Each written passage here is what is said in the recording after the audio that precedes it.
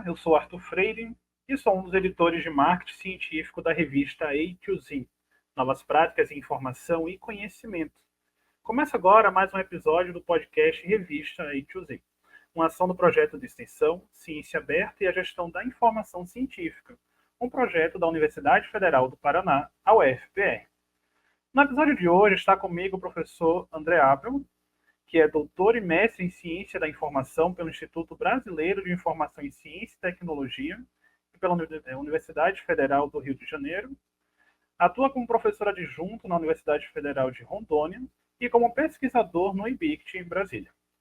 Ele é egresso da graduação em Gestão da Informação aqui pela Universidade Federal do Paraná e foi um dos primeiros discentes a compor a equipe editorial da A2Z.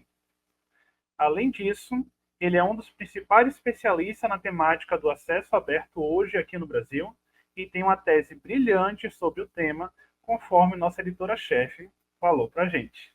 Seja muito bem-vindo, André. Olá, boa tarde, bom dia a todos que acompanham aí o podcast. Queria agradecer ao Arthur, a Dioxiane, a equipe aí do podcast, e também a professora Paula Carina por esse convite. Agradecer aí o elogio da Paula pela tese. Foi um trabalho aí que a gente pesquisou bastante ao longo dos 4 anos aí, eu junto com a minha orientadora, Sarita Albaile, e é um motivo de orgulho também ter esse trabalho aí publicado. Obrigado, Paula, pelo cumprimento aí. E para a gente começar, professor, quem é o André por trás do Lattes? Consegui te apresentar aqui, né? Falei a respeito do teu Lattes, da vida profissional, mas quem é você por trás de toda essa vida profissional no Lattes? Joia, Arthur. Olha, eu, assim, é uma característica de cientista, né, de pesquisador. Eu sou uma pessoa muito curiosa, eu gosto muito de conhecer novos lugares, conhecer novas pessoas, e tenho muito essa abertura, né, para dialogar, para aprender com as pessoas. Então, essa é uma característica muito forte minha, que é essa questão da curiosidade, de gostar de aprender sobre diferentes aspectos, diferentes culturas, diferentes locais, e as pessoas também. Sou muito interessado pela história de vida das pessoas. E como o nosso papo é sobre acesso aberto, né? Acredito que nada mais justo que nossa primeira pergunta seja justamente essa, né? O que é o acesso aberto e quais são seus principais objetivos dentro do contexto acadêmico? Joia, o acesso aberto, atualmente, ele já se caracteriza, né, como um tema de pesquisa, principalmente no contexto da ciência da informação e da comunicação científica, mais especificamente, né? E hoje em dia a gente pode observá-lo ou classificá-lo, né, nesse estágio em que ele se encontra, pelo menos a partir de 3 eixos ou vertentes. Um desses eixos é o de o acesso aberto como um movimento, que ele se caracteriza como um movimento, e aí, nesse sentido, ele começa a surgir, começa a se manifestar já na década de 1990. Você tem ali pessoas que foram protagonistas, né, na contra ou que se posicionaram de maneira muito efetiva em relação aos preços das assinaturas das revistas científicas naquela época, né, que estavam com os preços estavam se inflacionando muito acima da inflação regular. E aí, a partir dos anos 2000, foi em 2002 quando ele teve esse nome, né, quando ele foi denominado mesmo como Movimento Acesso Aberto, depois de uma reunião que teve no ano de 2001, na cidade de Budapeste, na Hungria, a partir da qual se originou a Declaração de Budapeste, né, que ficou aí mundialmente conhecida, mundialmente famosa, e lá surgiu a definição, então, do Movimento Acesso Aberto. A partir de então, ou um pouco antes já, vinha se desenvolvendo o segundo eixo, que é o da tecnologia. Então, assim, nós precisamos garantir o acesso livre e restrito à literatura científica, né? Era o que o movimento pedia à época, requisitava à época. Como a gente faz isso? A partir de determinadas tecnologias que vão permitir a disponibilização dessa literatura, a interoperabilidade dos metadados dessa literatura. Então, passaram a ser desenvolvidas várias tecnologias para garantir o acesso aberto. E mais recentemente, a gente tem o terceiro eixo, né, essa terceira característica, que surge a partir da interferência, e aí é um posicionamento para quem conhece a minha linha de trabalho, para quem justamente leu a minha tese, é um posicionamento científico derivado do meu trabalho, que é considerar a influência das editoras comerciais, né, que vinham perdendo terreno a partir ali do movimento Acesso Aberto, elas se colocam numa contra-reação ao movimento, né, como forma de tentar se apropriar, de tentar encontrar seu espaço ali no movimento Acesso Aberto para continuar com a geração de renda, né, com a obtenção de lucro a partir dessa mudança com o acesso aberto. E aí o acesso aberto ele se torna um modelo de negócio, né? As editoras comerciais elas passam a explorar o acesso aberto como uma forma de obtenção de renda, como uma forma de garantia dos lucros. Então, hoje, a gente estuda o acesso aberto como um movimento, né? Como uma forma de você criar mandatos, criar políticas públicas para que se incentive o acesso aberto, como tecnologias que garantem o acesso aberto e também como um modelo de negócio, aí, tanto, no caso, pelas editoras comerciais, como pelas editoras sem fins lucrativos. E aproveitando que você falou a respeito de modelos, né, professor? E pesquisando aqui, eu vejo que tem dois tipos de modelo, né? A gente pode falar que é o via dourada e o via verde, né? Qual seria a diferença entre esses dois modelos, né? E como cada um deles impacta os autores e também as instituições? Certo. O modelo da Via Verde, ele foi um dos primeiros, uma das primeiras frentes assim do acesso aberto, já nos anos 1990 ali, nas primeiras propostas, ele já foi se constituindo, embora não com essa nomenclatura, né? É importante lembrar que esses nomes, Via Verde, Via Dourada, eles vieram depois da Declaração de Budapeste, ali em torno de 2004, porém, eles já existiam enquanto prática, né? A Via Verde, ela caracteriza o autoarquivamento. Os próprios pesquisadores, os próprios autores, disponibilizando seus trabalhos em acesso aberto na internet, seja por meio de páginas pessoais, seja por meio de repositórios institucionais dedicados à disponibilização desses trabalhos, que a gente chama de pré-prints. São os trabalhos antes deles serem enviados para avaliação por pares. E a Via Dourada, ela caracteriza o envio dos trabalhos para as revistas, né? Pode ser desses pré-prints ou do trabalho ainda não disponibilizado, para que ele passe pela avaliação por pares e seja publicado pelas próprias revistas. Você pode ter cada um funcionando de maneira autônoma, né, individualmente, ou você pode ter uma combinação dos dois. Você pode disponibilizar o seu trabalho na forma de pré-print, depois enviar para uma revista, e você vai ter as duas versões, né, a versão pré-print e a versão avaliada por pares, obviamente se ela for aprovada, né, para publicação. E então, e com essas nomenclaturas que surgiram, né, depois ali para facilitar a identificação. Há uma questão mais recente também que, por intermédio, né, do protagonismo de duas iniciativas, duas revistas, ali na virada do milênio, que são a PLOS ONE e a Biomed Central, elas, enquanto revistas naquela época, elas queriam auxiliar o acesso aberto, né? Elas queriam ter esse protagonismo no acesso aberto, e uma forma que elas encontraram para garantir a existência, né, garantir o funcionamento sem cobrar assinaturas, elas iniciaram essa prática de cobrar uma taxa dos autores, em vez de cobrar assinatura ou cobrar pelo acesso aos artigos dos leitores. Elas começaram a cobrar uma taxa dos autores. Essas taxas, com o tempo, receberam uma nomenclatura específica, que são taxas de processamento de artigos, do inglês Article Processing Charges, que a gente conhece pela sigla APC. E o que ocorre é que a via dourada, ela foi aos poucos sendo associada à cobrança de taxas. Então, hoje, em muitas áreas do conhecimento, muitos autores, né, que trabalham aí com a publicação de artigos, acabam associando a via dourada à cobrança de taxas. Mas ela estritamente ela não é restrita a isso. A via dourada ela caracteriza o envio dos artigos para avaliação por pares e publicação por meio de uma revista. Professor, uma dúvida. Vamos falar a respeito da nossa realidade, né? Pensando em países em desenvolvimento. Como essas políticas de acesso aberto ela pode influenciar a disseminação de pesquisas científicas? Certo.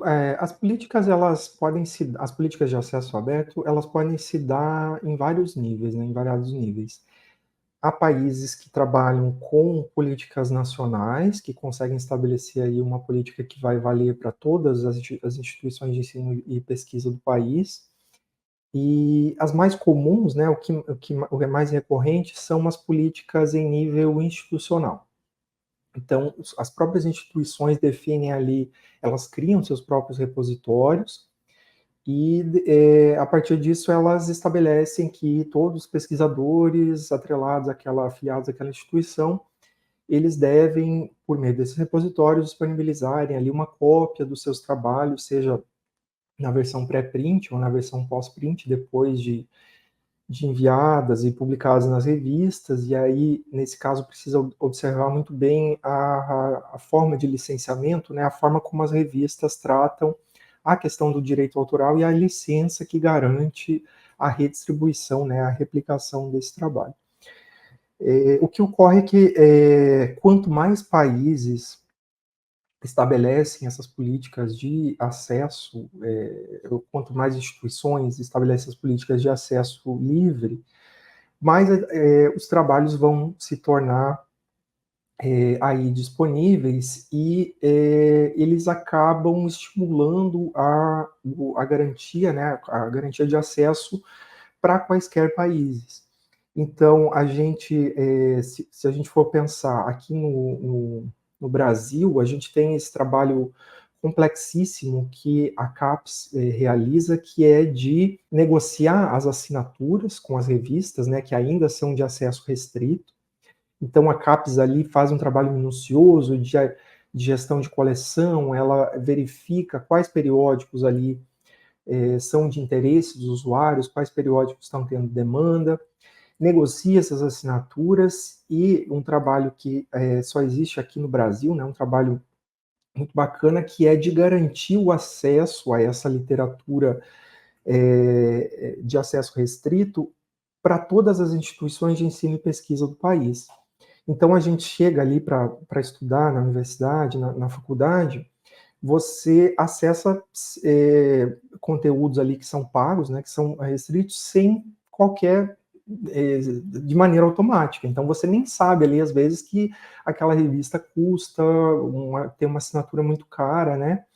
Só que o que acontece? Isso se dá no âmbito das instituições de ensino e pesquisa. Então você tem que estar afiliado a uma instituição, né? Você tem que ter ali um login e senha, ou tem que estar dentro do ambiente acadêmico, na internet ali da universidade, para você ter acesso a esse conteúdo do portal de periódicos CAPES.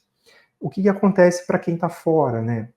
Às vezes você tem ali é acometido por uma doença na família e tal, e você quer pesquisar mais sobre aquele assunto na literatura médica. Se você não é do ambiente acadêmico, não tem acesso ali a uma universidade, você não tem acesso a esse conteúdo. Então é nesse sentido que as políticas e o acesso aberto de maneira mais ampla auxilia de maneira muito eficiente, né? Você garante o acesso a todos, não só às pessoas que têm acesso a essas assinaturas, a essa mediação das assinaturas, como a que é feita pela CAPES. Então, no longo prazo, as políticas de acesso aberto elas são muito bem-vindas, né? Tanto para os países desenvolvidos quanto para os países em desenvolvimento.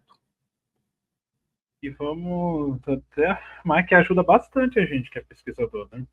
Sem Esses dúvida. acessos assim ajuda de uma forma que a gente nem tem ideia se não tivesse acesso a essas informações, né? Exatamente, né? A gente entra ali no portal de periódicos, faz as pesquisas e o artigo abre ali, você tem o link direto para os artigos, só que lá na CAPES tem um pessoal que trabalha duro ali, né, para garantir que essa assinatura vai estar ativa, aqueles links vão estar ativos. Isso para as revistas de acesso restrito, né? Para as revistas de acesso gratuito, você já encontra ela nos repositórios, nas ferramentas de busca ali de maneira mais facilitada. E o ideal é que no futuro, né, tudo se convertesse em acesso aberto, mas isso ainda é um trabalho em desenvolvimento. A gente falou então sobre alguns benefícios, né? E benefícios que têm um impacto muito grande, principalmente em países que estão aí em desenvolvimento. Mas existe também desafios, professor, que os pesquisadores, as instituições, ela, quando adota, né, um modelo de publicação em acesso aberto, pode sofrer com isso? Certo. Um dos principais desafios que a gente vê atualmente é a compreensão, né, dessas diferentes modalidades de acesso aberto. A gente falou aí no início da Via Verde, da Via Dourada, existem inúmeras outras já, né, classificações ou enquadramentos ali que foram sendo dados a esses diferentes modelos de negócio, principalmente baseado na questão das condições de acesso, né, algumas têm licenças mais restritas, outras têm modelos mais fechados, ali você tem um tempo de embargo, às vezes, para ter o acesso completo. Também relacionado à questão do pagamento de taxas, você tem essa modalidade que é a mais problemática atualmente, que é a via híbrida, né, que são revistas que seguem cobrando uma taxa de assinatura dos leitores, e alguns dos artigos elas cobram dos autores e liberam em acesso aberto. Então, no mesmo número de uma revista, você vai ter artigos de acesso restrito e artigos de acesso aberto, porque os autores pagaram uma taxa. E aí acaba tendo uma dupla taxação ali, a gente chama, né, de dupla taxação. Então, existem esses variados modelos aí que são testados pelas editoras comerciais, principalmente, que têm finalidade de lucro, e muitos autores acabam se confundindo, né, com essas diferentes modalidades, e isso às vezes é problemático, né, porque você deixa de escolher uma revista para publicar, porque se torna muito confuso. Algumas revistas também que têm umas práticas ali que são consideradas antiéticas, né, que usam, né, simulam ali uma revista científica e aí cobram uma taxa para obter lucro, enganam os autores. Então, existem algumas ferramentas já que auxiliam, né, na compreensão desses diferentes modelos, do que é uma revista com boas práticas e tal, mas ainda depende de um trabalho ali, eu acredito que até em nível institucional, né, um trabalho, por exemplo, que bibliotecários, os profissionais de informação podem fazer, porque a gente estuda muito essa temática do acesso aberto, que é de sensibilização, de capacitação relacionada à publicação, relacionado ao acesso aberto. E um outro desafio que tem se mostrado cada vez mais influente ali no contexto do acesso aberto é o das taxas de publicação, que tem crescido assim para além da inflação, né? Antigamente eram as assinaturas, agora são as taxas de processamento de artigos que estão ali, em alguns casos, aumentando muito a cada ano, e para algumas áreas do conhecimento isso já se torna um problema, né? Você não tem mais recursos ali dentro dos próprios projetos de pesquisa, você não tem fundos direcionados ainda, as agências de financiamento de pesquisa estão ainda analisando como que elas vão, se elas vão cobrir ou de que forma elas vão cobrir esses pagamentos de taxas. Então, algumas áreas têm aí uma certa dificuldade, principalmente as áreas de saúde, as áreas de exatas, em que essas taxas são mais recorrentes, elas acabam gerando dificuldade ali para a difusão das pesquisas. Professor, você citou aí a questão das taxas, né, que são as APCs. Uhum. Elas impactam a inclusão e a equidade no acesso aberto? Sim, sem dúvida. Se a gente for pensar assim, a gente sabe historicamente que algumas áreas do conhecimento, né, elas usufruem de mais recursos para pesquisa. Historicamente ali a gente tem e também isso tem relacionado com aspectos históricos, né, e a forma de fazer pesquisa nessas diferentes áreas. Você tem as áreas médicas, as áreas exatas, engenharias, enfim, elas sempre têm uma oferta maior de recursos, né, seja na forma de editais, seja na forma de bolsas e tal. Enquanto as áreas, as humanidades e as ciências sociais, elas sempre ficaram ali um pouco à margem, elas dispõem de menos recursos. Então, de repente, se as revistas dessas áreas que recebem menos recursos começam a cobrar taxas de publicação, isso vai gerar um problema ali para os pesquisadores, porque eles não têm financiamento, né, para esse tipo de pagamento. E aí o que acontece? Você vai ter que tirar do próprio salário, enfim, você deixa de contratar um bolsista, por exemplo, que poderia ajudar ali, que poderia estar aprendendo junto com a pesquisa, ou que poderia auxiliar a pesquisa para pagar, às vezes, uma taxa de processamento. Isso em contexto de países que têm financiamento de pesquisa, né? Se você for para um país em que os recursos para quaisquer áreas já são limitados, aí é um problema ainda maior, né? De você. E aí você acaba limitando a participação, né? Limitando a capacidade de difundir os resultados de pesquisa, porque os autores dessas pesquisas não têm condições de pagar essas taxas. Por outro lado, aí a gente tem que trazer um contraponto, né, para essa discussão. A gente tem uma dificuldade muito grande de financiamento para as revistas, né, de garantir que as revistas recebam financiamento para que elas continuem existindo, para que elas mantenham as suas operações.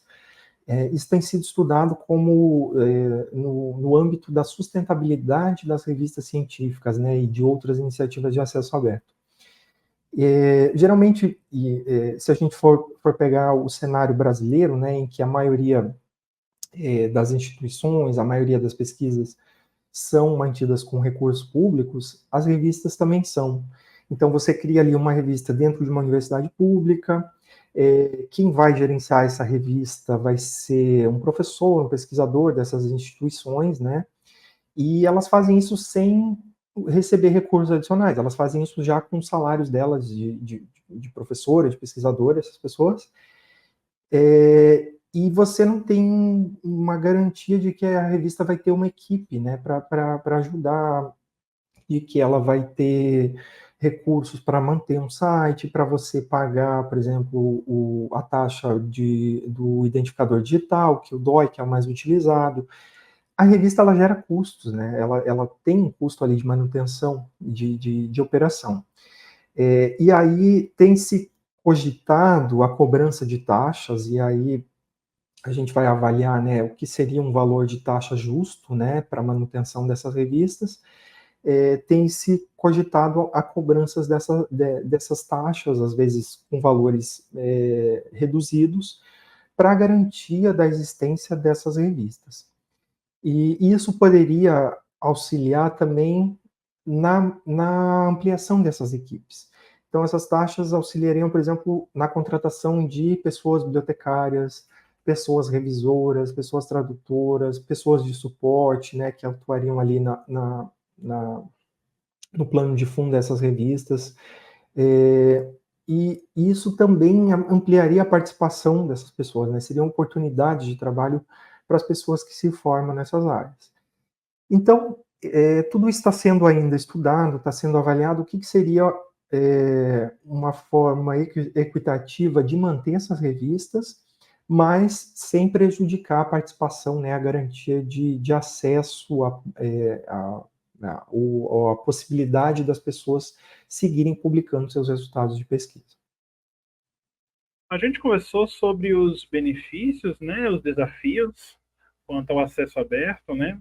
Mas a gente começa a dividir isso por meio de públicos, né? Vamos pensar aí a questão de pesquisadores, leitores, comunidade em geral. Quais seriam as vantagens e desvantagens para cada um desses públicos? Certo. A principal vantagem do acesso aberto é esse acesso irrestrito, né, para quaisquer tipos de públicos. Aí você tocou nessa questão bem importante, né? A gente até comentou um pouquinho mais atrás sobre essa, por exemplo, o público acadêmico, ele sempre tem uma garantia ali de acesso ao conteúdo restrito ou de acesso aberto, mas se a pessoa não estiver dentro de uma universidade ali, ela vai ter dificuldades, né?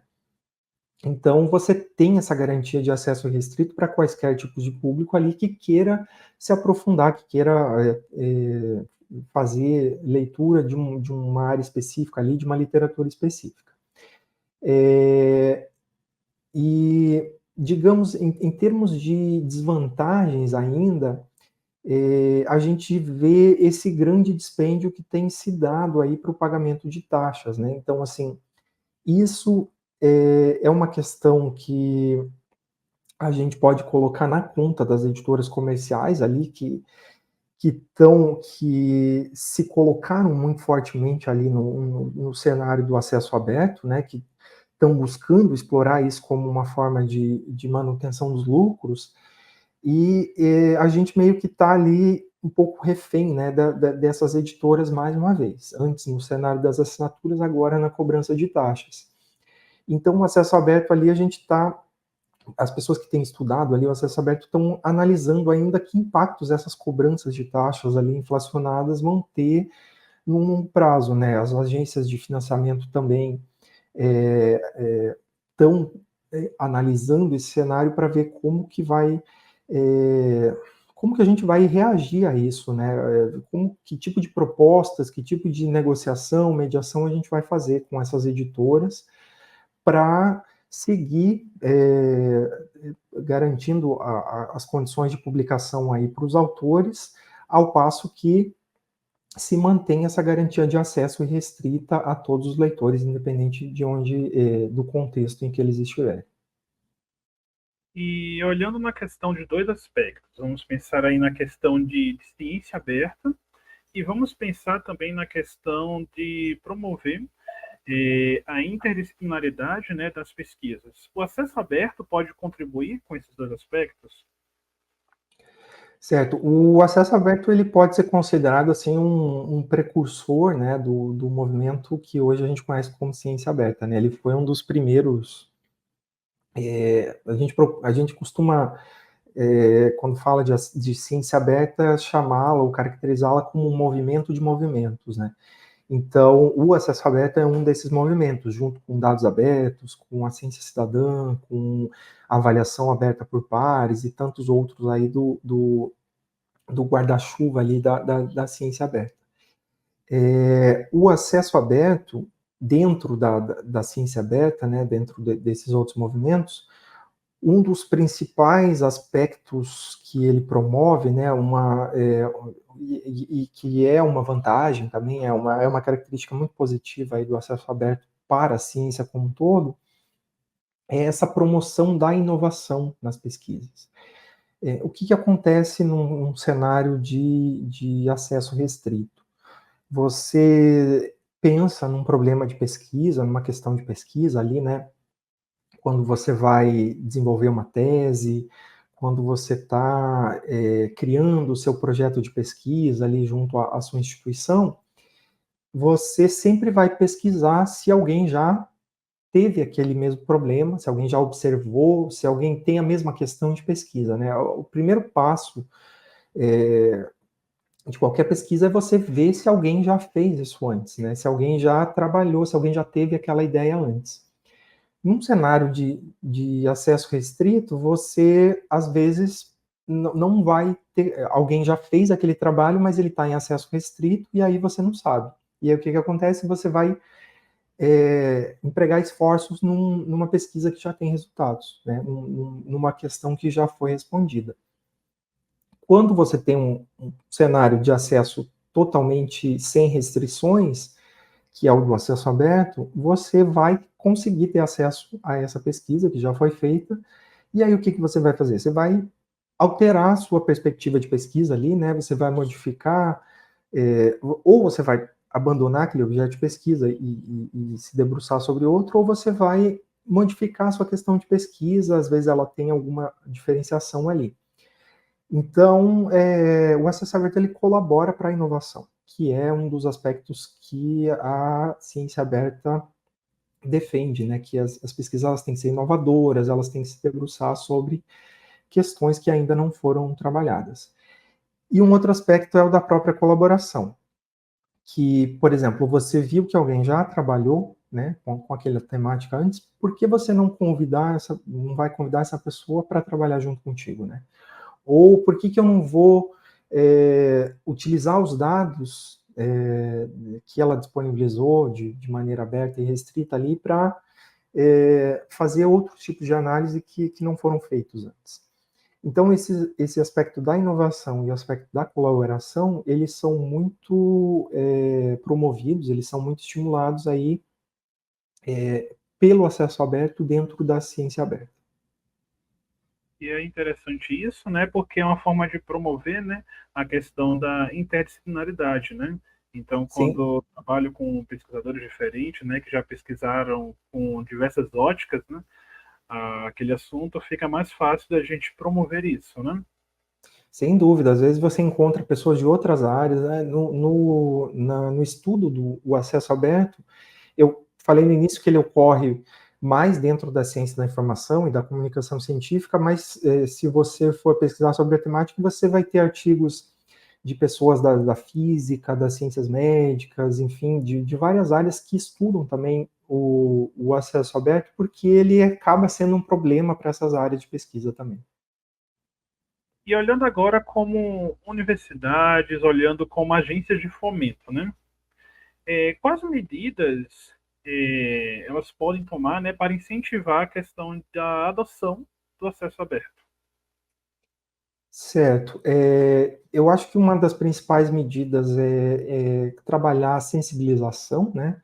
E essa questão assim de você estimular dentro da sua própria instituição, né? E aí mais uma vez eu coloco ali a importância do papel das pessoas bibliotecárias, né? Que têm essa competência em relação ao acesso aberto e podem ali trabalhar dentro das suas instituições para estimular.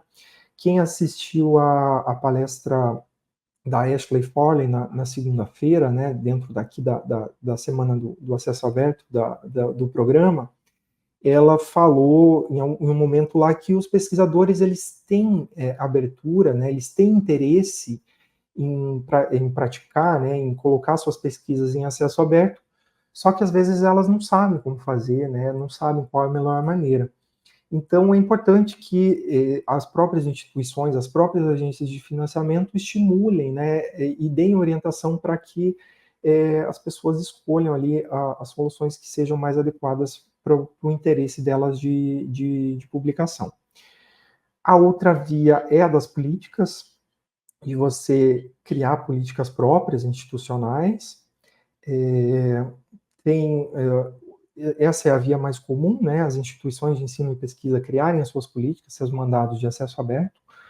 Uma outra via é das fundações, das agências de financiamento à pesquisa, que, por exemplo, eu vou dar recurso para você realizar a sua pesquisa, mas eu quero, e esse é um recurso público, e nesse sentido eu quero que você disponibilize também o seu conteúdo, os artigos, todas os relatórios, os resultados da publicação, eles vão ser colocados em acesso aberto. E um terceiro aspecto, né, uma terceira medida é o foco nas tecnologias, é a gente voltar ali no eixo das tecnologias para o acesso aberto e fortalecer essas tecnologias. Então, é importante que os governos, as agências, as próprias instituições adotem essa via, né, estimulem essa medida de financiar, deixar pessoas dedicadas ao estudo dessas infraestruturas que a gente chama de compartilhadas para o acesso aberto. Se a gente for pegar uma das primeiras tecnologias envolvidas foi um protocolo para o intercâmbio de objetos que eram colocados em acesso aberto, que é o protocolo OAI-PMH. É uma sigla que vem de Open Archives Initiative Protocol for Metadata Harvesting. Ele foi criado ali no final da década de 1990, antes mesmo do acesso aberto ser chamado de acesso aberto, e ele tinha o objetivo de integrar os repositórios institucionais que vinham sendo criados ali, e ele era uma forma padrão de descrever quaisquer objetos, quaisquer tipos, modalidades de literatura científicas que fossem colocados na web.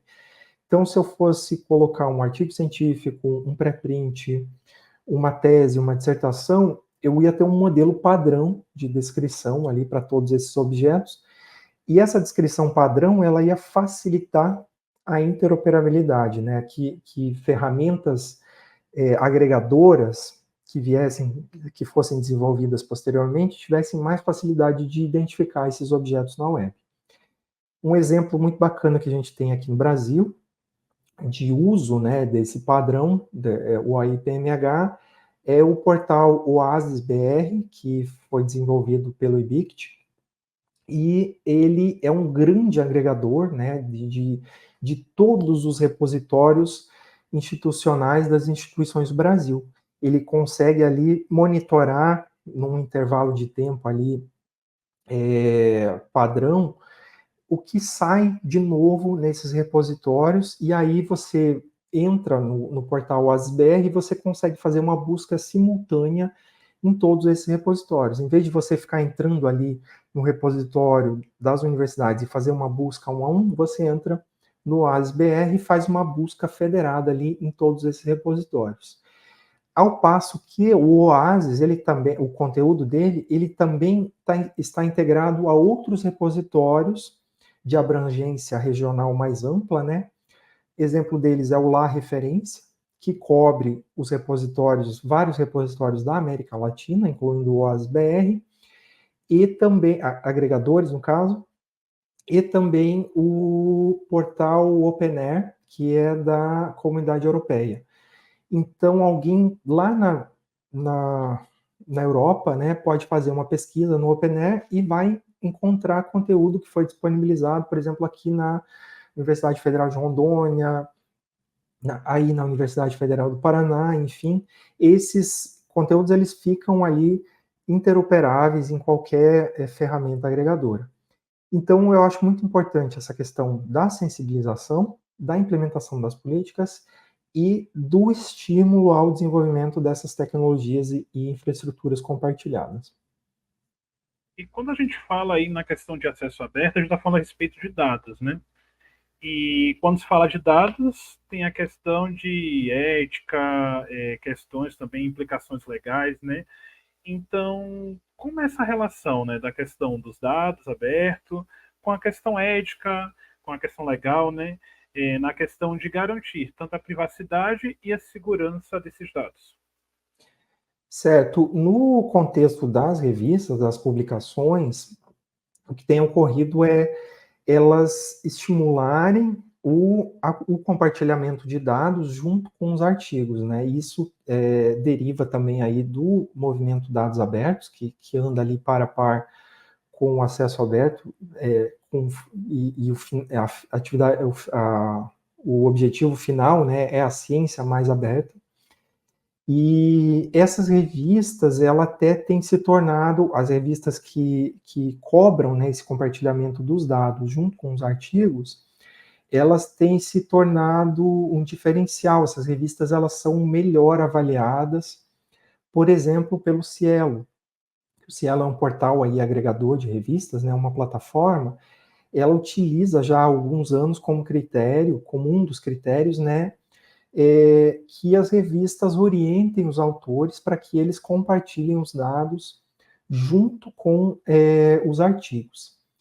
E para se realizar esse compartilhamento dos dados, a gente tem aí um conjunto de diretrizes que vão variar aí de acordo com a questão da encontrabilidade desses dados, né? A gente usa esse termo aí, como se fosse um neologismo aí, para o searchability do inglês, que como que eu disponibilizo esses dados de maneira que eles sejam facilmente recuperáveis de maneira automatizada pelos computadores, né, pelas máquinas ali. E aí você tem, por exemplo, os princípios FAIR, para o compartilhamento de dados de pesquisa, que vão dar diretrizes ali de como você descreve os dados, como você organiza esses dados, onde você deposita esses dados para que eles se tornem mais facilmente recuperáveis ali de maneira automatizada. E também há outros tipos de diretrizes que vão lidar com a questão da privacidade e com a preservação e com a garantia, né, dos direitos de quem forneceu esses dados. Só para citar um exemplo ali, né, desses princípios, a gente pode falar dos princípios CARE, que há várias pessoas que estudam, né, essa frente dos princípios CARE, que eles definem os direitos e as garantias desses direitos de quem, de quem fornece esses dados, e aí ele está com foco, no caso dos princípios CARE, das populações indígenas, dos povos tradicionais. Uma outra forma de garantia da privacidade e dos direitos do trabalho com esses dados é consultar os comitês de ética em pesquisa das suas instituições. Então, esses comitês, eles trazem ali orientações de como você coleta os dados sem trazer risco, né, à população que você está investigando, e depois da coleta, de como você disponibiliza esses dados, garantindo o anonimato e os direitos desses sujeitos ali que participaram da pesquisa. Então, há princípios relacionados tanto à forma técnica ali, né, de compartilhamento dos dados, e também princípios que vão orientar os direitos e a forma de relação ali com os sujeitos da pesquisa. A gente está chegando no finalzinho do nosso episódio, né? Mas eu gostaria de te perguntar mais uma coisa, professor. Na questão, por exemplo, da avaliação de desempenho acadêmico e também sobre os critérios de indexação, né, dos periódicos científicos, o acesso aberto ele impacta diretamente? E se sim, como é esse impacto? Certo. Essa questão da avaliação, né, do acesso aberto como um elemento, como um item ali de avaliação, ele tem crescido nos últimos anos. Em termos de avaliação institucional, ainda a gente está a passos lentos, assim, é mais complexo, né, você trabalhar políticas institucionais ali próprias, né, de avaliação. A gente tem alguns exemplos bacanas já, alguns avanços significativos que eu posso citar o exemplo aqui da OGP, que é a Open Government Partnership, que é uma iniciativa internacional de vários países, né, que se debruçam ali em função dos governos abertos, né? E o Brasil, ele é uma referência nesse sentido, né? O grupo brasileiro aqui que trabalha para a OGP envolve ali uma série de instituições, a gente pode citar como exemplo aqui a CAPES, o IBICT, a Fiocruz, a Embrapa e diversas outras instituições ali que estão pensando junto diretrizes e formas de como tornar os governos mais abertos. E como a gente está falando, né, do contexto brasileiro, em que a maior parte das instituições de ensino e de pesquisa elas são entes públicos, né? Então eles também estão sujeitos a essa questão do governo aberto. Então os dados de pesquisa eles também entram ali nas preocupações da OGP. E a OGP, ela inclusive tem num dos eixos ali, num dos marcos, eles pensam justamente em como utilizar essa questão da abertura como um elemento da avaliação institucional. Então já existem ali implementações, relatórios, diretrizes da OGP em como você utilizar essa questão do acesso aberto, da disponibilização de dados abertos como um elemento dessa avaliação institucional. A própria CAPES também ela tem se debruçado sobre o acesso aberto nos últimos anos, e eu acredito que aí nos próximos anos a gente venha a ter o acesso aberto como um elemento de avaliação dos programas, né, dos programas de pós-graduação, em stricto sensu, aí dos mestrados e dos doutorados.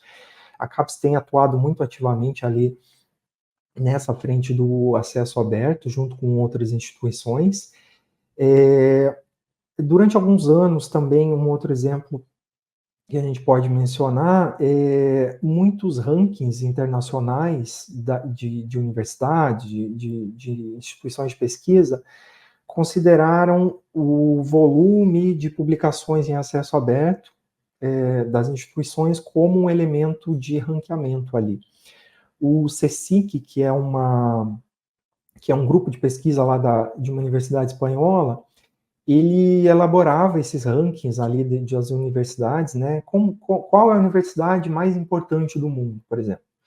E aí, como é que eles elaboravam esses rankings? A partir um dos aspectos era a quantidade de itens que essas universidades tinham nos seus repositórios institucionais.